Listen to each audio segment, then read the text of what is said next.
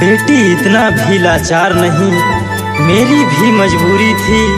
बेटी इतना भी लाचार नहीं, मेरी भी मजबूरी थी। ऊपर से फरमान नहीं था, चुप्पी बहुत जरूरी थी, चुप्पी बहुत जरूरी थी। बेटी इतना भी लाचार नहीं, मेरी भी मजबूरी थी। ऊपर से फरमान नहीं था, चुप्पी बहुत जरूरी थी, चुप्पी बहुत जरूरी थी। माफ करना बेटी। काहीं ऐसे सुतल बाड़ा मुहवा से बोला, काहीं ऐसे सुतल बाड़ा मुहवा से बोला। तिरंगा से पापा अपन मुहवा तू खोला, तिरंगा से पापा अपन मुहवा तू खोला।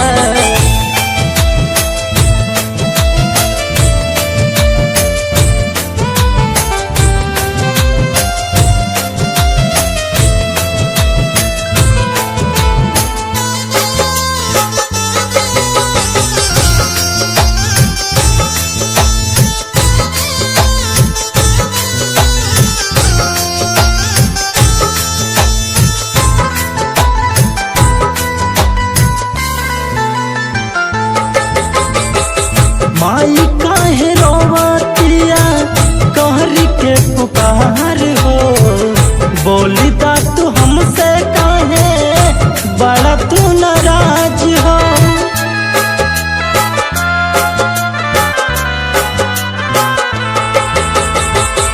माई काहे रोवतिया करी के पुकार हो, बोली ता तू हमसे काहे बड़ा नाराज हो। उठा न पापा हमके गोदी में उठाला, उठा न पापा हमके गोदी में उठाला। तिरंगा से अपन पापा मुहवा के खोला, तिरंगा से पापा अपन मुहवा के खोला।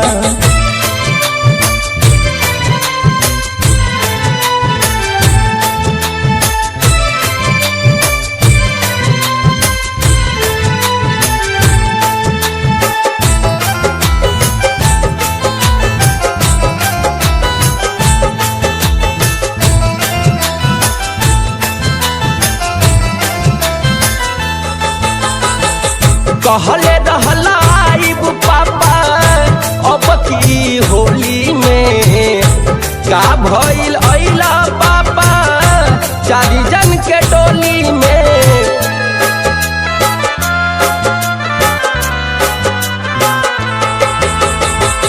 कहले रहला आइब पापा अब की के होली में, का भइल अइला पापा चल जल के डोली में।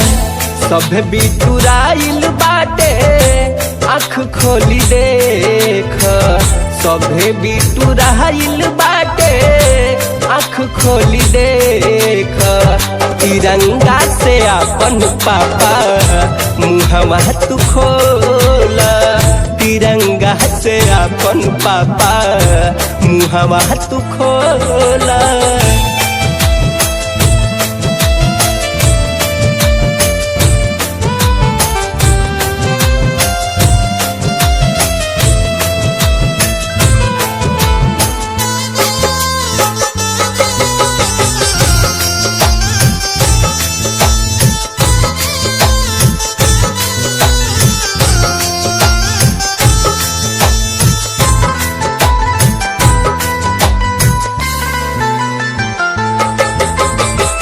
कहे चंद्रदीप भइल बड़ा शहीद हो, खून से रंगाइल बाटे सगरी शरीर हो।